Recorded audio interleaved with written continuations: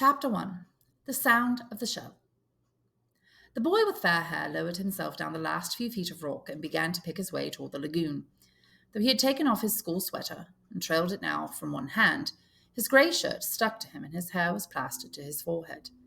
All round him, the long scar smashed into the jungle was a bath of heat. He was clambering heavily among the creepers and broken trunks when a vision of red and yellows, flashed upwards with a witch-like cry, and this cry was echoed by another. "Aye!" it said. "Wait a minute!" The undergrowth at the side of the scar was shaken, and a multitude of raindrops fell pattering.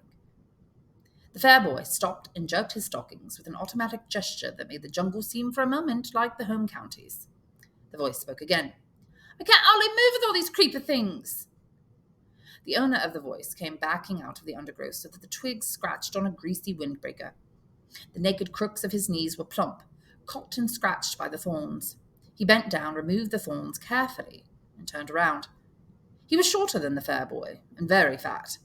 He came forward, searching out safe lodgments for his feet, and then looked up through thick spectacles. "Where's the man with the megaphone?" The fair boy shook his head. "This is an island. At least I think it's an island. That's a reef out in the sea. Perhaps there aren't any grown-ups anywhere." The fat boy looked startled. "There was that pilot, but he wasn't in the passenger cabin. He was up in front." The fair boy was peering through the reef with screwed-up eyes. "All them other kids," the fat boy went on. "Some of them must have got out. They must have, mustn't they?" The fair boy began to pick his way as casually as possible toward the water. He tried to be offhand and not too obviously uninterested, but the fat boy hurried after him. "Aren't there any grown-ups at all?" "I don't think so." The fair boy said this solemnly, but then the delight of realized ambition overcame him. In the middle of the scar, he stood on his head and grinned at the reversed fat boy. "No grown-ups?" The fat boy thought for a moment. "That pilot?" The fair boy allowed his feet to come down and sat on the steamy earth. "He must have flown off after he dropped us. He couldn't land here, not in a place with wheels." "We was attacked!" "He'll be back all right." The fat boy shook his head. "When we was coming down, I looked through one of them windows. I saw the other part of the plane. There were flames coming out of it." He looked up and down the scar. "And this is what the cabin done." The fair boy reached out and touched the jagged end of a trunk. For a moment, he looked interested. "What happened to it?" he asked. "Where's it got to now?" "That storm dragged it out to sea. It wasn't half dangerous with all them tree trunks falling. It must have been some kids still in it." He hesitated for a moment, then spoke again. "What's your name?" "Ralph." The fat boy waited to be asked his name in turn, but this proffer of acquaintance was not made. The fair boy, called Ralph, smiled vaguely, stood up, and began to make his way once more toward the lagoon. The fat boy hung steadily at his shoulder. "I expect there's a lot more of us scattered about. You haven't seen any others, have you?" Ralph shook his head and increased his speed. Then he tripped over a branch and came down with a crash. The fat boy stood by him, breathing hard. "My auntie told me not to run," he explained, "on account of my asthma." "Asthma?" "That's right. I can't catch my breath. I was the only boy in our school that had asthma," said the fat boy with a touch of pride. "And I've been wearing specs since I was 3. He took off his glasses and held them out to Ralph, blinking and smiling, and then started to wipe them against his grubby windbreaker. An expression of pain and inward concentration altered the pale contours of his face. He smeared the sweat from his cheeks and quickly adjusted the spectacles on his nose. "Them fruit?" He glanced around the scar. "Them fruit?" he said. "I expect." He put on his glasses, waded away from Ralph, and crouched down among the tangled foliage. "I'll be out again in just a minute." Ralph disentangled himself cautiously and stole away through the branches. In a few seconds, the fat boy's grunts were still behind him, and he was hurrying toward the screen that still lay between him and the lagoon. He climbed over a broken trunk and was out of the jungle.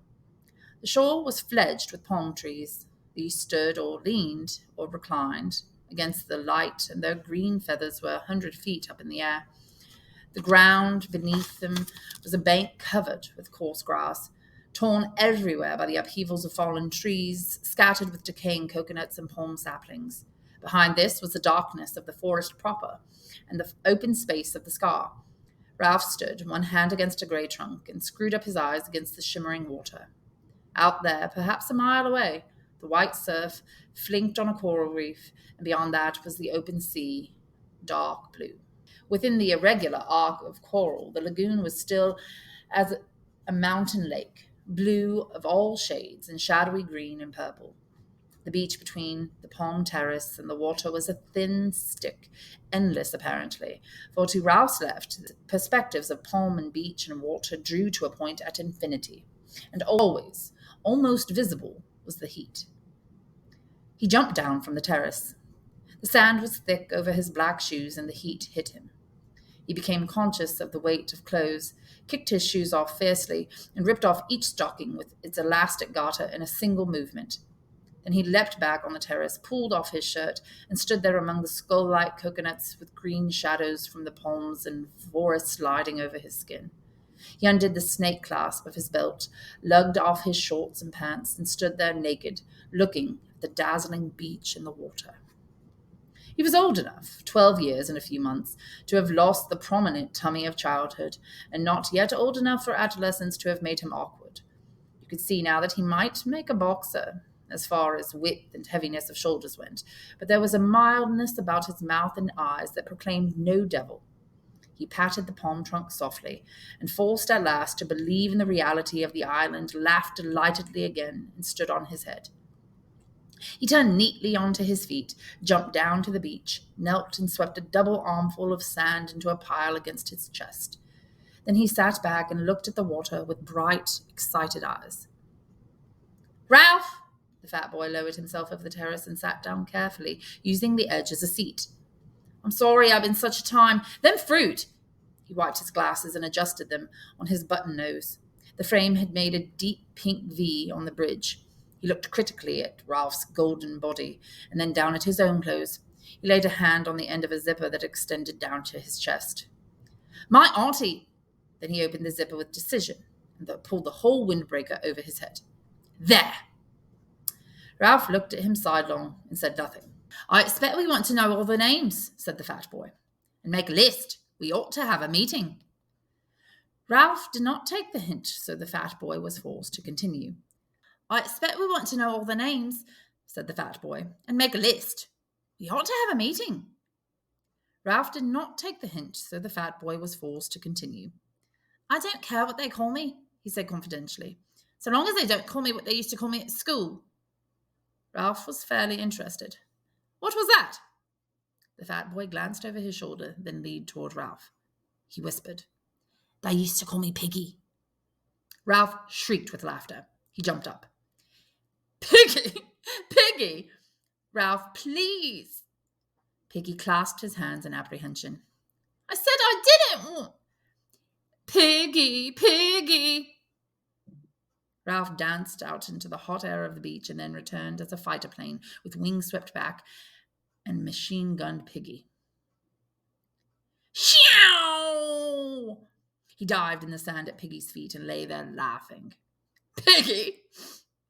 Piggy grinned reluctantly, pleased despite himself at even this much recognition. "So long as you don't tell the others." Ralph giggled into the sand. The expression of pain and concentration returned to Piggy's face. "Half a sec." He hastened back into the forest. Ralph stood up and trotted along to the right. Here the beach was interrupted abruptly by the square motif of the landscape. A great platform of pink granite thrust up uncompromisingly through the forest and terrace and sand and lagoon to make a raised jetty 4 feet high. The top of this was covered with a thin layer of soil and coarse grass and shaded with young palm trees. There was not enough soil for them to grow to any height, and when they reached perhaps 20 feet, they fell and dried, forming a crisscross pattern of trunks, very convenient to sit on. The palms that still stood made a green roof, covered on the underside with a quivering tangle of reflections from the lagoon. Ralph hauled himself onto this platform, noted the coolness and shade, shut one eye, and decided that the shadows on his body were really green. He picked his way to the seaward edge of the platform and stood looking down into the water. It was clear to the bottom and bright with the efflorescence of tropical weed and coral. A school of tiny, glittering fish flicked hither and thither. Ralph spoke to himself, sounding the bass strings of delight. Huzzah! Beyond the platform, there was more enchantment. Some act of God, a typhoon perhaps, or the storm that had accompanied his own arrival, had banked sand inside the lagoon so that there was a long, deep pool in the beach with a high ledge of pink granite at the further end. Ralph had been deceived before now by the spacious appearance of depth in a beach pool, and he approached this one preparing to be disappointed. But the island ran true to form, and the incredible pool, which was clearly only invaded by the sea at high tide, was so deep at one end as to be dark green. Ralph inspected the whole 30 yards carefully and then plunged in. The water was warmer than his blood, and he might have been swimming in a huge bath. Piggy appeared again, sat on the rocky ledge, and watched Ralph's green and white body enviously. You can't half swim. Piggy. Piggy took off his shoes and socks, ranged them carefully on the ledge, and tested the water with one toe. It's hot! What did you expect? I didn't expect nothing. My auntie. Sucks to your auntie. Ralph did a surface dive and swam under the water with his eyes open. The sandy edge of the pool loomed up like a hillside. He turned over, holding his nose, and a golden light danced and shattered just over his face. Piggy was looking determined and began to take off his shorts. Presently, he was palely and fatly naked. He tiptoed down the sandy side of the pool and sat there, up to his neck in water, smiling proudly at Ralph. Aren't you going to swim? Piggy shook his head. I can't swim. I wasn't allowed. My asthma. Sucks to your asthma. Piggy bore this with a sort of humble patience. You can't half swim well. Ralph paddled backwards down the slope, immersed his mouth, and blew a jet of water into the air. Then he lifted his chin and spoke. I could swim when I was 5. Daddy taught me. He's a commander in the Navy. When he gets leave, he'll come and rescue us. What's your father? Piggy flushed suddenly. My dad's dead, he said quickly. And my mum. He took off his glasses and looked vainly for something with which to clean them. I used to live with my auntie. She kept a candy store. I used to get ever so many candies, as many as I liked. When will your dad rescue us? As soon as he can. Piggy rose, dripping from the water, and stood naked, cleaning his glasses with a sock. The only sound that reached them now through the heat of the morning was the long, grinding roar of the breakers on the reef. How does he know we're here? How does he know we're here? Ralph lolled in the water. Sleep enveloped him like the swathing mirages that were wrestling with the brilliance of the lagoon. How does he know we're here? Because, thought Ralph, because. The roar from the reef became very distant. They'd tell him at the airport. Piggy shook his head, put on his flashing glasses, and looked down at Ralph. Not them. Didn't you hear what the pilot said about the atom bomb? They're all dead.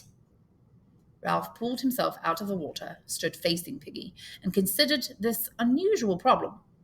Piggy persisted. This is an island, isn't it?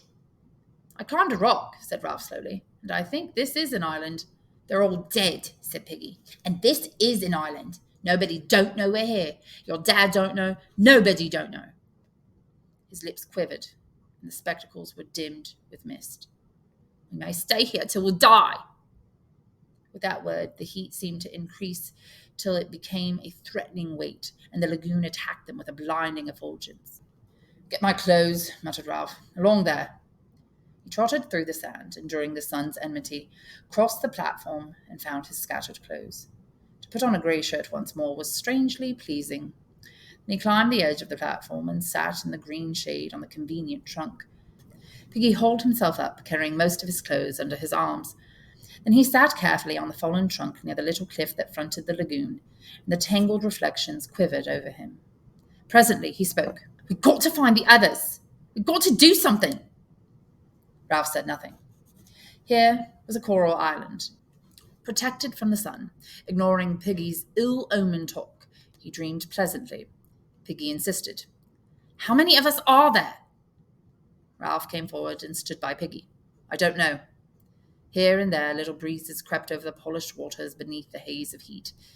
When these breezes reached the platform, the palm fronds would whisper, so that spots of blurred sunlight slid over their bodies or moved like bright winged things in the shade. Piggy looked up at Ralph. All the shadows on Ralph's face were reversed, green above, bright below, from the lagoon. A blur of sunlight was crawling across his hair. "We've got to do something!" Ralph looked through him. Here at last was the imagined but never fully realized place leaping into real life. Ralph's lips parted in a delighted smile, and Piggy, taking this smile to himself as a mark of recognition, laughed with pleasure. "If it's really an island!" "What's that?" Ralph stopped smiling and was pointing into the lagoon. Something creamy lay among the ferny weeds. "A stone?" "No, a shell." Suddenly, Piggy was abubble with decorous excitement. "It's right! It's a shell. I've seen one like that before, on someone's back wall. A conch, he called it. He used to blow it, and then his mum would come. It's ever so valuable."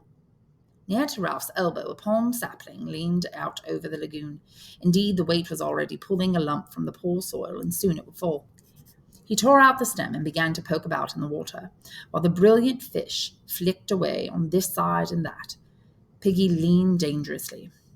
"Careful, you'll break it." "Shut up." Ralph spoke absently. The shell was interesting and pretty and a worthy plaything, but the vivid phantoms of his daydreams still interposed between him and Piggy, who in this context was an irrelevance. The palm sapling, bending, pushed the shell across the weeds. Ralph used one hand as a fulcrum and pressed down with the other till the shell rose, dripping, and Piggy could make a grab. Now the shell was no longer a thing seen but not to be touched. Ralph too became excited. Piggy babbled. "A conch, ever so expensive. I bet if you wanted to buy one, you'd have to pay pounds and pounds and pounds. He had it on his garden wall, and my auntie—" Ralph took the shell from Piggy, and a little water ran down his arm. In colour, the shell was deep cream, touched here and there with a fading pink. In the point, worn away into a little hole in the pink lips of the mouth, lay 18 inches of shell with a slight spiral twist and covered with a delicate embossed pattern. Ralph took sand out of the deep tube. "Moo like a cow," he said. "He had some white stones too, and a bird cage with a green parrot, and he didn't blow the white stones, of course, and he said—" Piggy paused for breath and stroked the glistening thing that lay in Ralph's hands. "Ralph!" Ralph looked up. "We can use this to call the others, have a meeting. They'll come in when they hear us." He beamed at Ralph. "That is what you meant, didn't you? That's why you got the conch out of the water." Ralph pushed back his fair hair. "How did your friend blow the conch?" "He kind of spat," said Piggy. "My auntie wouldn't let me blow on account of my asthma. He said you blew down from here." Piggy laid a hand on his jutting abdomen. "You try, Ralph. You call the others." Doubtfully, Ralph laid the small end of the shell against his mouth and blew. There came a rushing sound from its mouth, but nothing more. Ralph wiped the salt water off his lips and tried again, but the shell remained silent. "He kind of spat." Ralph pursed his lips and squirted air into the shell, which emitted a low farting noise. This amused both boys so much that Ralph went on squirting for some minutes, between bouts of laughter. "He blew from down here." Ralph grasped the idea and hit the shell with air from his diaphragm. Immediately, the thing sounded. A deep, harsh note boomed under the palms, spread through the intricacies of the forest, and echoed back from the pink granite of the mountain. Clouds of birds rose from the treetops, and something squealed and ran from the undergrowth. Ralph took the shell away from his lips. "Gosh!" The ordinary voice sounded like a whisper after the harsh note of the conch. He laid the conch against his lips, took a deep breath, and blew once more. The note boomed again, and then at his firmer pressure, the note, fluking up an octave, became a strident blare more penetrating than before. Piggy was shouting something, his face pleased, his glasses flashing. The birds cried, small animals scuttered. Ralph's breath failed. The note dropped the octave, became a low wubber. It was a rush of air. The conch was silent, a gleaming tusk. Ralph's face was dark with breathlessness, and the air over the island was full of bird clamour and echoes ringing. "I bet you can hear that for miles." Ralph found his breath and blew a series of short blasts. Piggy exclaimed, "There's one!" A child had appeared among the palms, about 100 yards along the beach. He was a boy of perhaps 6 years, sturdy and fair, his clothes torn, his face covered with a sticky mess of fruit. His trousers had been lowered for an obvious purpose and had only been pulled back halfway. He jumped off the palm terrace onto the sand, and his trousers fell about his ankles. He stepped out of them and trotted to the platform. Piggy helped him up. Meanwhile, Ralph continued to blow till voices shouted in the forest. The small boy squatted in front of Ralph, looking up brightly and vertically. As he received the reassurance of something purposeful being done, he began to look satisfied, and his only clean digit, a pink thumb, slid into his mouth. Piggy leaned down to him. "What's your name?" "Johnny." Piggy muttered the name to himself and then shouted it to Ralph, who was not interested because he was still blowing. His face was dark with the violent pleasure of making this stupendous noise, and his heart was making the stretched shirt shake. The shouting in the forest was nearer. Signs of life were visible now on the beach. The sand trembling beneath the heat haze concealed many figures in its miles of length. Boys were making their way toward the platform through the hot, dumb sand. 3 small children, no older than Johnny, appeared from startlingly close at hand, where they had been gorging fruit in the forest. A dark little boy, not much younger than Piggy, parted a tangle of undergrowth, walked onto the platform, and smiled cheerfully at everybody. More and more of them came.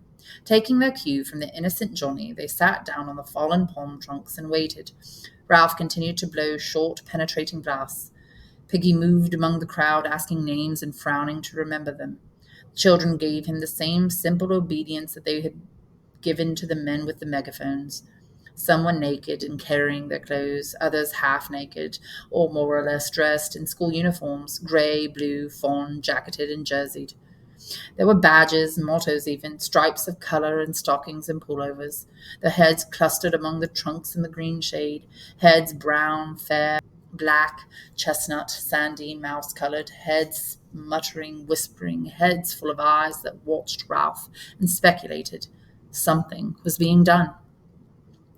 The children who came along the beach, singly or in twos, leapt into visibility when they crossed the line from the heat haze to nearer sand. Here, the eye was first attracted to a black, bat-like creature that danced on the sand, and only later perceived the body above it. The bat was the child's shadow, shrunk by the vertical sun to a patch between the hurrying feet. Even while he blew, Ralph noticed the last pair of bodies that reached the platform above a fluttering patch of black. The 2 boys, bullet-headed and with hair like tow, flung themselves down and lay grinning and panting at Ralph like dogs. They were twins, and the eye was shocked and incredulous at such cheery duplication. They breathed together, they grinned together, they were chunky and vital. They raised wet lips at Ralph, for they seemed provided with not quite enough skin so that their profiles were blurred and their mouths pulled open. Piggy bent his flashing glasses to them and could be heard between the blasts repeating their names. Sam, Eric, Sam, Eric. Then he got muddled. The twins shook their heads and pointed at each other, and the crowd laughed. At last, Ralph ceased to blow and sat there, the conch trailing from one hand, his head bowed on his knees. As the echoes died away, so did the laughter, and there was silence. Within the diamond haze of the beach, something dark was fumbling along. Ralph saw it first, and watched till the intentness of his gaze drew all the eyes that way. Then the creature stepped from the mirage onto the clear sand, and they saw that the darkness was not all shadow, but mostly clothing. The creature was a party of boys, marching approximately in step in 2 parallel lines, and dressed in strangely eccentric clothing. Shorts, shirts, and different garments they carried in their hands, but each boy wore a square black cap with a silver badge on it. Their bodies, from throat to ankle, were hidden by black cloaks which bore a long silver cross on the left breast, and each neck was finished off with a ham-bone frill. The heat of the tropics, the descent, the search for food, and now this sweaty march along the blazing beach had given them the complexions of newly washed plums. The boy who controlled them was dressed in the same way, though his cap badge was golden. When his party was about 10 yards from the platform, he shouted an order, and they halted, gasping, sweating, swaying in the fierce light. The boy himself came forward, vaulted on the platform with his cloak flying, and peered into what, to him, was an almost complete darkness. "Where's the man with the trumpet?" Ralph, sensing his sun-blindness, answered him. "There's no man with a trumpet, only me." The boy came close and peered down at Ralph, screwing up his face as he did so, What he saw of the fair-haired boy with the creamy shell on his knees did not seem to satisfy him. He turned quickly, his black cloak circling. "Isn't there a ship, then?" Inside the floating cloak, he was tall, thin, and bony, and his hair was red beneath the black cap. His face was crumpled and freckled and ugly without silliness. Out of this face stared two light blue eyes, frustrated now and turning, or ready to turn, to anger. "Isn't there a man here?" Ralph spoke to his back. "No, we're having a meeting. Come and join in." The group of cloaked boys began to scatter from close line. The tall boy shouted at them, "Quiet! Stand still!" Warily obedient, the choir huddled into line and stood there swaying in the sun. Nonetheless, some began to protest, faintly. "But Merridew, please! Merridew, can't we—" Then one of the boys flopped on his face in the sand, and the line broke up. They heaved the fallen boy to the platform and let him lie. Merridew, his eyes staring, made the best of a bad job. "All right, then, sit down. Let him alone." "But Merridew—" "He's always throwing a feint," said Merridew.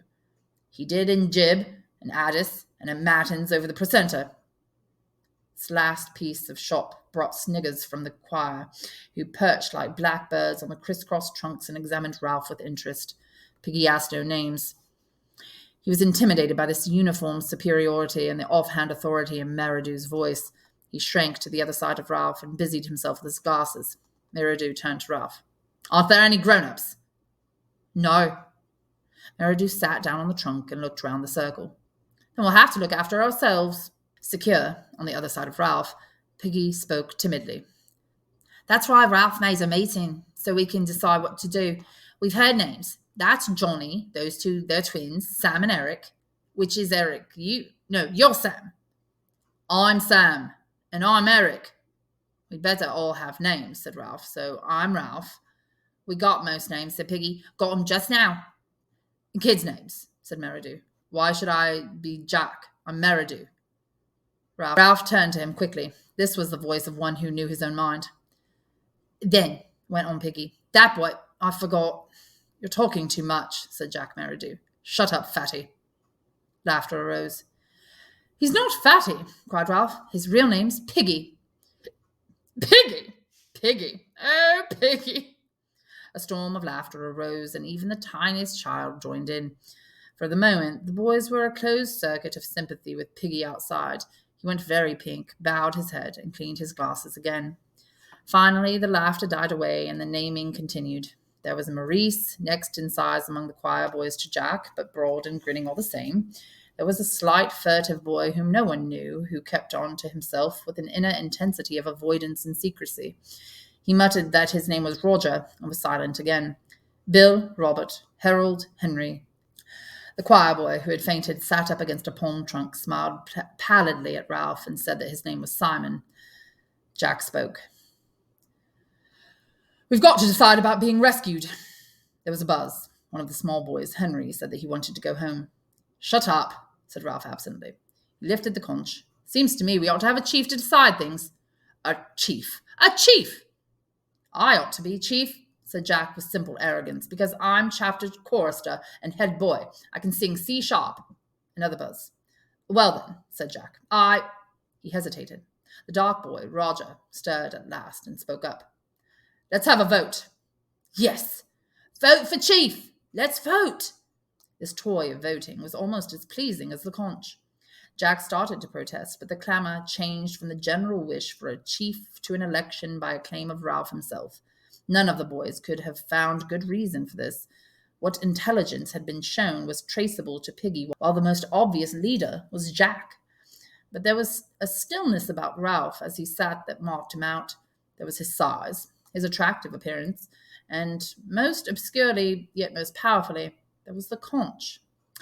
The being that had blown that, had sat waiting for them on the platform with the delicate thing balanced on his knees, was set apart. "Him with the shell! Ralph! Ralph! Let him be chief with the trumpet thing!" Ralph raised a hand for silence. "All right. Who wants Jack for chief?" With dreary obedience, the choir raised their hands. "Who wants me?" Every hand outside the choir, except Piggy's, was raised immediately. Then Piggy, too, raised his hand grudgingly into the air. Ralph counted. "I'm chief, then." The circle of boys broke into applause. Even the choir applauded, and the freckles on Jack's face disappeared under a blush of mortification. He started up, then changed his mind and sat down again while the air rang. Ralph looked at him, eager to offer something. The choir belongs to you, of course. They could be the army, or hunters. They could be. The suffusion drained away from Jack's face. Ralph waved again for silence. Jack's in charge of the choir. They can be. What do you want them to be? Hunters. Jack and Ralph smiled at each other with shy liking. The rest began to talk eagerly. Jack stood up. All right, choir, take off your togs. As if released from class, the choir boys stood up, chattered, piling their black cloaks on the grass. Jack laid his on the trunk by Ralph. His grey shorts were sticking to him with sweat. Ralph glanced at them admiringly, and when Jack saw his glance, he explained. I tried to get over that hill to see if there was water all round, but your shell caught us. Ralph smiled and held up the conch for silence. Listen, everybody. We've got to have time to think things out. I can't decide what to do straight off, but if this isn't an island, we might be rescued straight away. So we've got to decide if this is an island. Everybody must stay around here and wait and not go away. 3 of us. If we take more, we'd get all mixed and lose each other. 3 of us will go on an expedition and find out.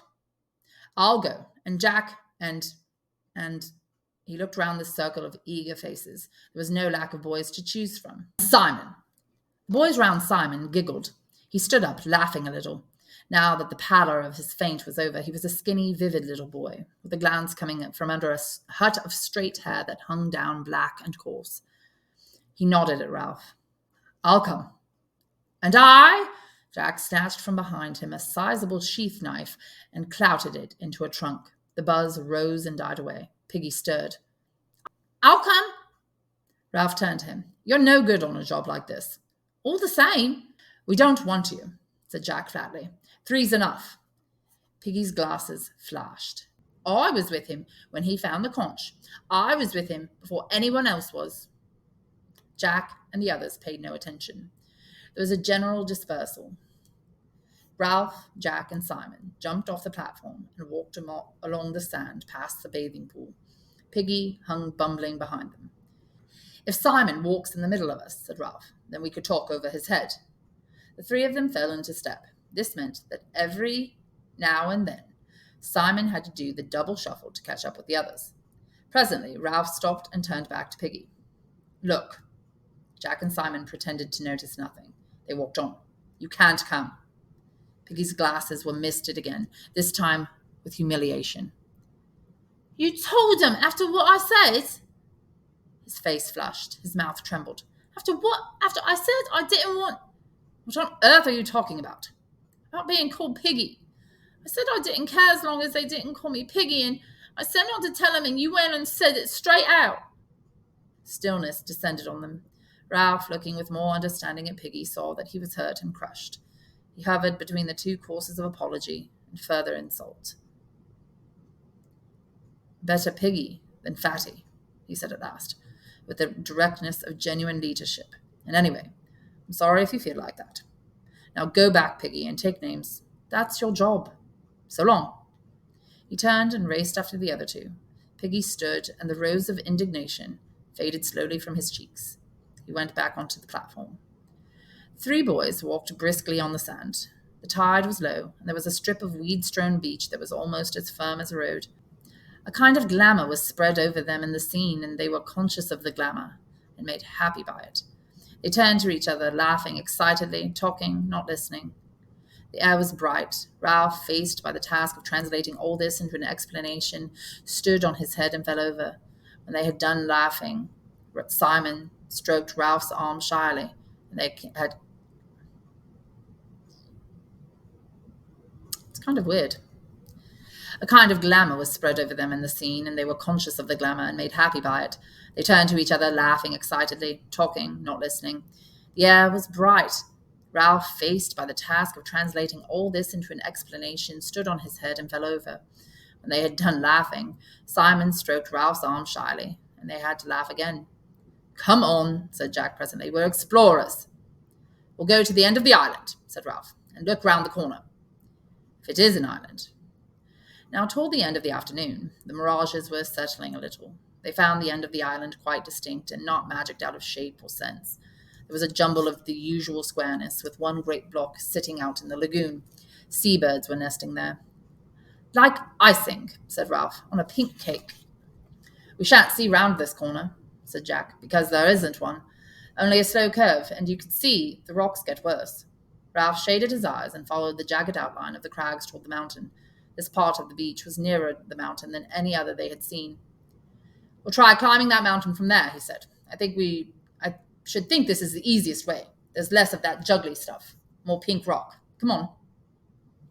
The three boys began to scramble up. Some unknown force had wrenched and scattered these cubes so that they lay askew, often piled diminishingly on each other. The most usual feature of the rock was a pink cliff surmounted by a skewed block, and that again surmounted, and that again, till the pinkness became a stack of balanced rock projecting through the looped fantasy of the forest creepers. There were pink cliffs rose out among the ground. There were often where the pink cliffs rose out of the ground, there were often narrow tracks winding upwards. They could edge along them, deep in the plant world, their faces to the rock. What made this track? Jack paused, wiping the sweat from his face. Ralph stood by him, breathless. Men? Jack shook his head.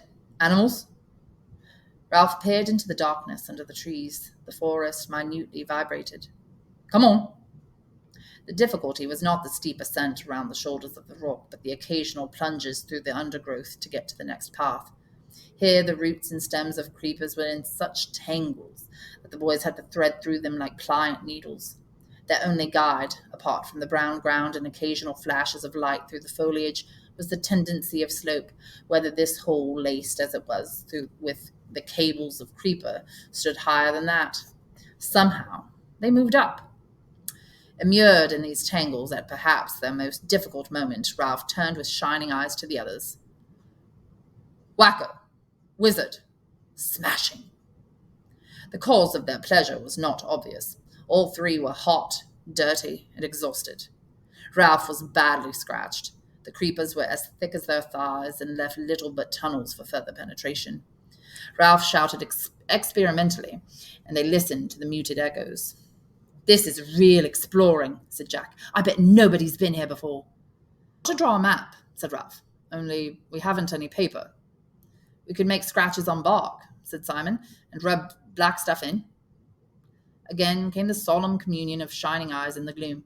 Wacko, wizard. There was no place for standing on one's head.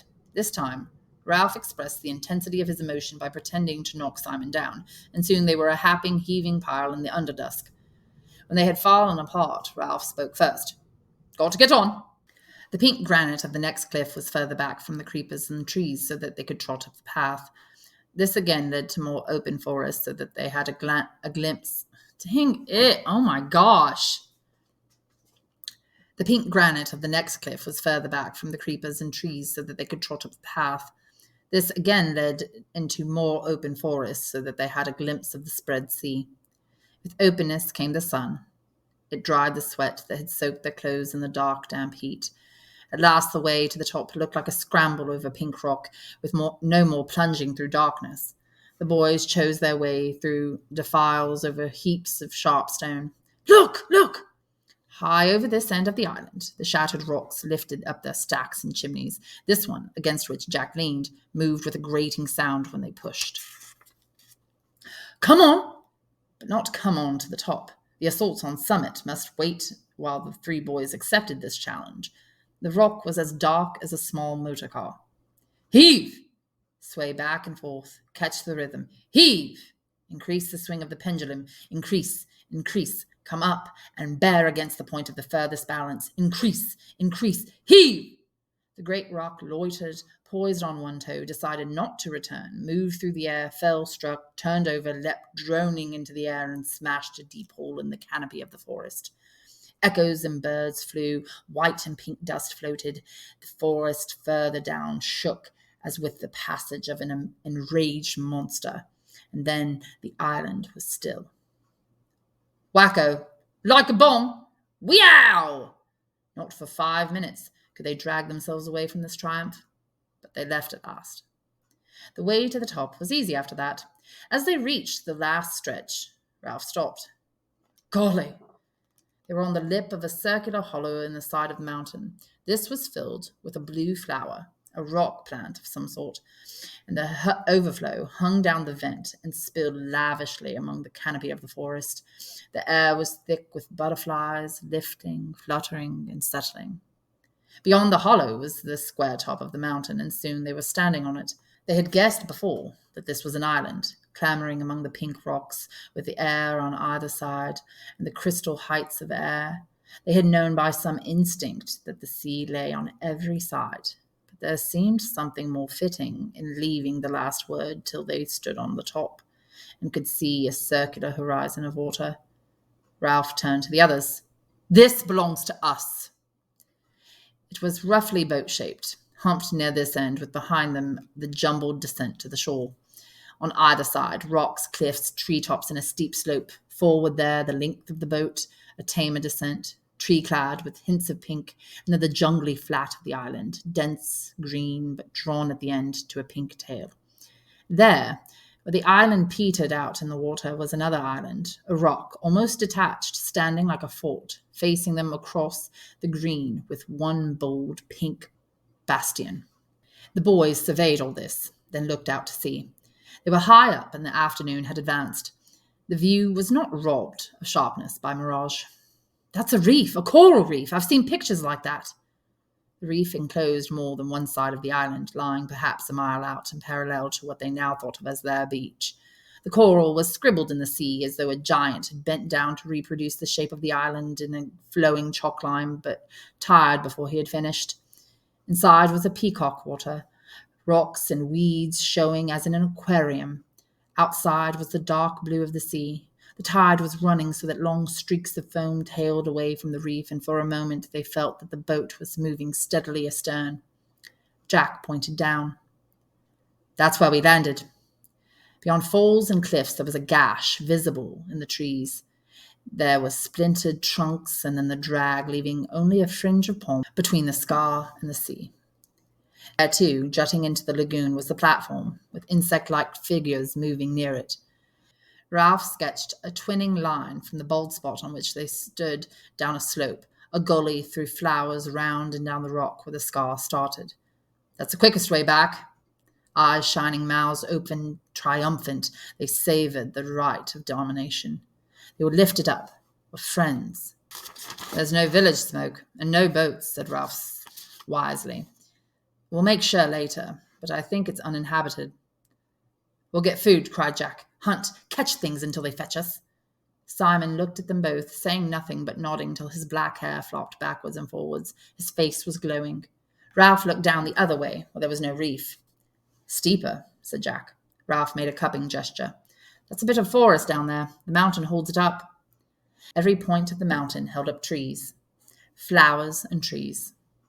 Now the forest stirred, roared, flailed. The nearer acres of rock flowers fluttered, and for a half a minute the breeze blew cool on their faces. Ralph spread his arms. All ours. They laughed and tumbled and shouted on the mountain. I'm hungry. When Simon mentioned his hunger, the others became aware of theirs. Come on, said Ralph. We've found out what we wanted to know. They scrambled down the rock slope, dropped among the flowers, and made their way under the trees. Here they paused and examined the bushes around them curiously. Simon spoke first. Like candles, candle bushes, candle buds. The bushes were dark evergreen and aromatic, and the many buds were waxen green and folded up against the light. Jack slashed at one with his knife, and the scent spilled over them. Candle buds! You couldn't light them, said Ralph. They just look like candles. Green candles, said Jack contemptuously. We can't eat them. Come on. They were in the beginnings of the thick forest, plonking with weary feet on a track, when they heard the noises, squeakings, and the hard strike of hoofs on a path. As they pushed forward, the squeaking increased till it became a frenzy. They found a piglet caught in a curtain of creepers, throwing itself at the elastic traces in all the madness of extreme terror. Its voice was thin, needle-sharp, and insistent. The three boys rushed forward, and Jack drew his knife again with a flourish. He raised his arm in the air. There came a pause, a hiatus. The pig continued to scream and the creepers to jerk and the blade continued to flash at the end of a bony arm. The pause was only long enough for them to understand what an enormity the downward stroke would be. Then the piglet tore loose from the creepers and scurried into the undergrowth. They were left looking at each other in the place of terror. Jack's face was white under the freckles. He noticed that he still held the knife aloft and brought his arm down, replacing the blade in the sheath. Then they all three laughed ashamedly and began to climb back onto the track. "I was choosing a place," said Jack. "I was just waiting for a moment to decide where to stab him." "You should stick a pig," said Ralph fiercely. "They always talk about sticking a pig." "You cut a pig's throat to blood it out," said Jack. "Otherwise, you can't eat the meat." "Why didn't you—" They knew very well why he hadn't. Because of the enormity of the knife descending and cutting into living flesh. Because of the unbearable blood. "I was going to," said Jack. He was ahead of them, and they could not see his face. "I was choosing a place. Next time." He snatched his knife out of the sheath and slammed it into a tree trunk. Next time, there would be no mercy. He looked round fiercely, daring them to contradict. Then they broke out into the sunlight, and for a while they were busy finding and devouring food as they moved down the scar toward the platform and the meeting. Okay, so in this chapter, we're learning about some characters. There seems to be an allegiance forming between Ralph and Jack. Simon seems to be like a weaker person that they have with them to help them feel like powerful.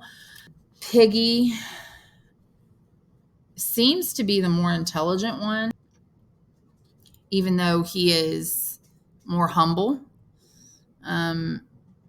The way he speaks, he uses incorrect grammar. So that could be like some kind of symbol as to his social standing. And the fact that he doesn't have a mother or father is important, I think. But he's the one who came up with all the ideas about collecting names and using the conch. Ralph is like the natural leader because he's older, I think, from what I can tell. And he also took the conch. And unfortunately, my students, I asked you who the little uns and the big uns would be, but these are not mentioned.